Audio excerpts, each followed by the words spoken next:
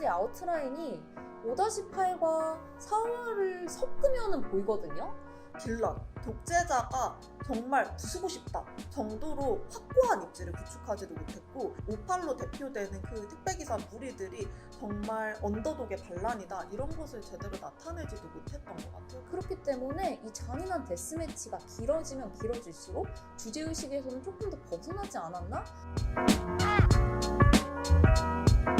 택배기사 세 번째 영상으로 돌아온 저는 리지. 저는 미아입니다. 이번 세 번째 리뷰 영상에서는 택배기사를 보고 생각났었던 헝거게임 시리즈와 영화 매드맥스 분노의 도로를 함께 비교해보도록 하겠습니다. 이 드라마를 다 보고 난 뒤에 저희가 나눴던 얘기가 있잖아요. 껍데기는 매드맥스 분노의 도로를 닮았고 내용 알맹이는 헝거게임 시리즈를 닮았다라는 내용이었는데요. 조금 더 이야기를 해볼까요?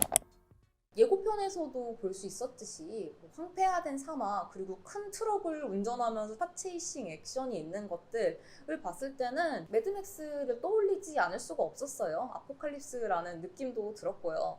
그런데 이제 드라마를 보다 보니까 또 헝거게임 시리즈가 많이 생각이 났었거든요. 이 둘은 사실은 조금 많이 다른 영화예요. 그러니까 겉모습도 겉모습이지만 아주 장르가 다르죠. 매드맥스 시리즈는 아포칼립스 포스트 아포칼립스에 가깝다고 생각을 할 수 있겠네요. 그러니까 어떠한 대재앙으로 인해서 지구의 사회체계가 다 망가지고 거의 부족사회로 돌아간 상황이잖아요. 헝거게임의 경우에는 디스토피아. 그러니까 세상은 돌아가고 있으나 기능하고 있으나 체제가 아주 강압적이고 비인간적으로 돌아가고 있는 그런 상황이었던 거죠. 디스토피아와 아포칼립스는 다릅니다. 그러면 택배기사는 과연 이 둘 중에 무엇인가 라고 했을 때 저는 택배기사는 아포칼립스의 옷을 입은 디스토피아가 아니었나 라고 생각합니다. 어쨌든 택배기사의 메인 플롯은 천명이라는 거대 악을 체제를 무너뜨리는 거죠. 하지만 아포칼립스에서는 체제를 무너뜨릴 수 없습니다. 이미 다 무너졌기 때문이에요. 그래서 다시 헝거게임으로 돌아가 보자면은 이 헝거게임이 제일 먼저 생각났던 게 이제 데스매치가 나오기 때문이잖아요. 겉으로 보면 비슷할 수 있지만 내용물이 다릅니다. 헝거게임 시리즈에서는 독재자인 스노우가 내전을 일으키고 반란을 일으켰던 다른 구역들을 자신의 지배하에 두기 위해서 데스매치 서바이벌 게임을 진행하죠. 각 구역에서 어린 아이들을 뽑아와서 그들이 서로 죽이게 만듦으로써 스노우가 독재하는 캐피탈이 언제나 그들이 원하면 피지배 구역들의 희망이자 미래인 아이들을 죽일 수 있고 그 아이들을 서로 죽이게 함으로써 피지배 구역들끼리 서로 동맹하지 못하도록 만드는 두 가지 층위에서 기능하고 있는데요. 하지만 택배 기사에서는 어땠죠? 그런 서사적인 여러 가지의 층위로서는 전혀 기능하지 않고 있어요. 정말 피상적이었다라고밖에 말할 수가 없을 것 같습니다. 저도 비슷한 의견인 게 특히 이 세계관 구멍이 한 3가지 정도로 좀 정리가 될 수 있을 것 같은데요. 첫 번째는 알맹이가 없는 싸움이라는 느낌이었어요. 방금 말씀해 주셨던 것처럼 헝거게임 같은 경우에는 어쩔 수 없이 싸워야 되거든요. 이게 이기지 않으면 죽기 때문에. 근데 택배기사 같은 경우에는 이걸 이기면 택배기사가 된다 이건데 난민 같은 경우에는 손목에 QR을 받을 수 있으니까 인간답게 살 수 있다 이런 목적이 성립이 된다면 다른 그룹 같은 경우에는 뭘 얻을 수 있는지 모르겠어요. 근데 그 상황에서 난민 택배기사가 될 수 있다는 걸 되게 커다란 이벤트처럼 소비한단 말이에요. 그 부분이 약간 이해가 안 됐던 게 처음 있고 두 번째 같은 경우에는 액션이 좀 볼거리가 부족하다? 이게 사실은 택배기사를 약간 격투기 선수처럼 만든 게 헌터들한테서 보호받기 위해서 택배 물품들을 이런 내용인데 하다못해 매드맥스 분노의 도로에서 카체이싱이 나오든 아니면 격투를 엄청나게 하는 것처럼 헌터가 택배기사 트럭을 따라 붙어서라도 격투 신의를 보여줬어야 되지 않나 이런 생각을 했던 것 같아요. 그리고 세 번째는 인물이 정말 매력이 없거든요. 58 같은 경우에 자꾸 담배 피면서 멋진 척만 하고 4월이 같은 경우에는 머리 꽃단 것처럼 완전 헤헤헤 거리기만 하니까 어느 캐릭터의 손을 잡고 내가 가야 될지 모르겠다.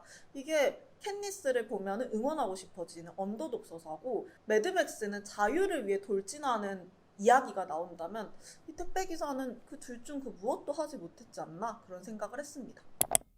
네, 서바이벌 게임에 대해서 조금 다른 작품도 갖고 와서 얘기를 해보자면은 사실 최근에 나온 작품들 그리고 한국 작품들 중에 서바이벌 게임 하면 오징어 게임이 바로 생각나죠. 그러니까 어떻게 보면은 왜 그렇게 전에 있었던 장르도 다른 헝거 게임이라는 작품을 가지고 비교하느냐, 오징어 게임하고도 비교해봐라 라고 얘기하실 수 있을 것 같아서 한번 얘기를 해보겠습니다. 오징어 게임에서 데스매치가 나오죠. 그리고 택배기사의 몇몇 씬들은 정말 오징어 게임이 약간 생각나는 부분도 있었어요. 그렇지만 사실 이 두 가지의 극 안에서 데스매치가 작용하는 기능은 역시 굉장히 다릅니다. 오징어 게임은 이름부터 오징어 게임이죠. 데스매치가 주요한 센터에 있는 이야기입니다. 그래서 어린아이의 장난과 비슷한 아주 잔인한 게임을 설정을 해놓고 사람들이 돈을 위해서 불나방처럼 이 게임에 들어가는 게 이 드라마의 주제의식이었잖아요. 그렇기 때문에 이 오징어 게임, 데스매치 서바이벌이 잔인하면 잔인할수록 주제의식을 더 강화시킵니다. 하지만 택배기사에서는 어떤가요? 택배기사의 셀링 포인트는 이런 황폐화가 된 세상에서 우상화된 택배기사라는 영웅이 결국 난세를 구하고 평등한 세상을 수립한다는 거잖아요. 그렇기 때문에 이 잔인한 데스매치가 길어지면 길어질수록 주제의식에서는 조금 더 벗어나지 않았나 하는 생각을 뗄 수가 없었습니다.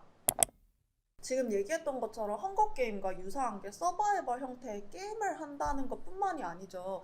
이 구조적인 측면에서도 좀 비슷한데요. 이 부분도 이야기를 한 번 더 해볼까요? 사회 구조를 보면은 왜 서바이벌 게임이 필요했는지 보입니다. 헝거 게임이 배경으로 된 파넴이라는 가상의 국가는 이미 내전으로 인해서 분열이 되어 있고 독재자 스노우는 나머지 반란을 했던 구역들을 발 아래 두어야 하죠.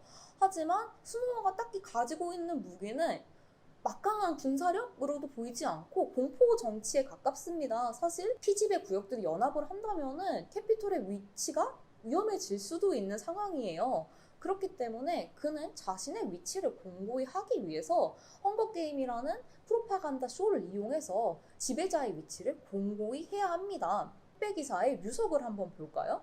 오히려 류석의 경우에는 저는 스노우보다 위치가 조금 공고했다고 보는데요. 류석이 이끌고 있는 천명은 사람들이 사는데 꼭 필요한 산소라는 것을 손에 틀어잡고 권력이 그걸로 인해서 나오는 것이기 때문이에요. 마치 임모탭이 물을 가지고 권력을 가진 것과 조금 비슷하겠네요. 매드맥스에서. 드라마 속에서 뭐 정부가 조금 난민에게 우호적으로 나오는 것 같지만 사실 그 정부도 옛날에 대학살을 자행했었고 아니 최소한 일반 계급만 되더라도 특별 계급까지 가지 않더라도 내가 죽을 수 있는 상황인데 자신의 살 권리를 난민에게 줄 사람은 없어요. 그 말인 즉슨 류석이 그렇게 발버둥 치면서 난민을 없애려고 할 필요가 전혀 없다는 것이죠. 가만히 둬도 그들은 피집의 계급으로서 정말 없는 것보다 못한 삶을 살아갈 수 있습니다. 그런데 괜히 들쑤셔서 오히려 체제를 무너뜨린 게 아닌가 류석이 그렇게 생각이 돼요. 네, 공감하는 게 헝거게임은 스노우 대통령이라는 강력한 독재자 빌런이 있는 거고 이 택배기사에서는 천명과 정부가 같이 그 입장을 차지하고 있기 때문에 그 부분에서도 말씀하신 것처럼 혼란이 좀 생기잖아요. 그리고 사실상 류석은 좀 빌런 같다는 말이 아까울 정도로 뭘 안 한 인물이어가지고 저는 특히 마지막 쯤에 류석이 그 코어 구역을 망가뜨리면서 이거를 난민들 따위에게 줄 수 없어 이럴 때 무섭거든요. 약간 웃겨가지고 어이없잖아요. 뭐 때문에 그렇게까지 하지? 난민을 혐오하기 때문에 그 빌런 류석이 왜 이런 행동을 하는지 좀 납득이 계속 되지 않았던 것 같아요. 그거랑 이제 비슷한 맥락에서 이 마지막에 58 이 무리들이 코어 그룹 천장을 부수면서 등장을 하잖아요. 체제에 반항하는 의미로. 비슷하게 헝거게임 시리즈에서도 캣니스가 헝거게임 장을 부수거든요. 근데 그 순간에 저희는 카타르시스를 느꼈어요. 캣니스가 부수는 거에 대해서는. 근데 58 그룹이 부술 때는 아무런 생각이 들지 않았거든요. 이것 역시도 이 빌런, 독재자가 정말 부수고 싶다 정도로 확고한 입지를 구축하지도 못했고 택배기사 58로 대표되는 그 택배기사 무리들이 정말 언더독의 반란이다 이런 것을 제대로 나타내지도 못했던 것 같아요. 그래서 좀 아쉽지 않았나. 헝거게임 시리즈와 택배기사 드라마가 디스토피아라는 설정 외에도 이 주인공의 서사의 아웃라인이 비슷했었죠. 캣니스의 아웃라인이 5-8과 4화를 섞으면 보이거든요. 근데 이게 멀쩡한 주인공을 반으로 갈라놓은 것처럼 두 명의 캐릭터로 나눠져서 사실 결국 5-8, 4월 둘 다 진정한 주인공으로 기능하지 못했던 것 같다라는 게 제 생각입니다. 주인공들도 주인공인데 이 계층도 제대로 보여지지 않았던 게 문제인 것 같아요. 이 드라마에서는 4가지 계층이 있다고 나오는데 그 계층들이 어떠한 상태인지 이 시스템이 얼마나 별로인지에 대해서는 잘 보여지지가 않거든요. 반면에 헝거게임에서는 어떤 계급 구조를 이루고 있고 경제 시스템인지 11구역이 얼마나 힘들게 사는지가 보여지잖아요. 이 장면화가 이루어지지 않았던 것도 좀 큰 것 같아요, 저는. 네, 저희 택배기사 3부작 리뷰 진행해봤고요. 이제는 무슨 시간이죠?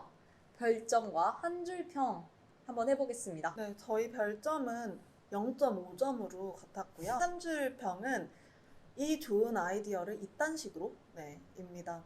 1화부터 하차하고 싶었던 드라마였는데 끝까지 보다 보니까 또 할 말이 생기네요. 드라마 관계자분들한테는 좀 죄송스러운 얘기지만 이야기에서도 그리고 관계에서도 캐릭터에서도 미술적인 측면에서도 마음 둘 곳이 없었습니다. 0.5점은 신선한 발상 아이디어에 드립니다. 네, 택배기사.